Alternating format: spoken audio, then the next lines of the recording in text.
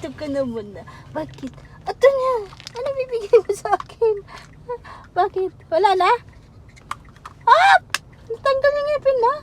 Galing! Ano? Makita mo?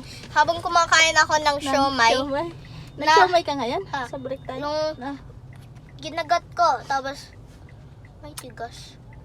Ay! Anong ngipin yan? Yung part ng ano? Ah?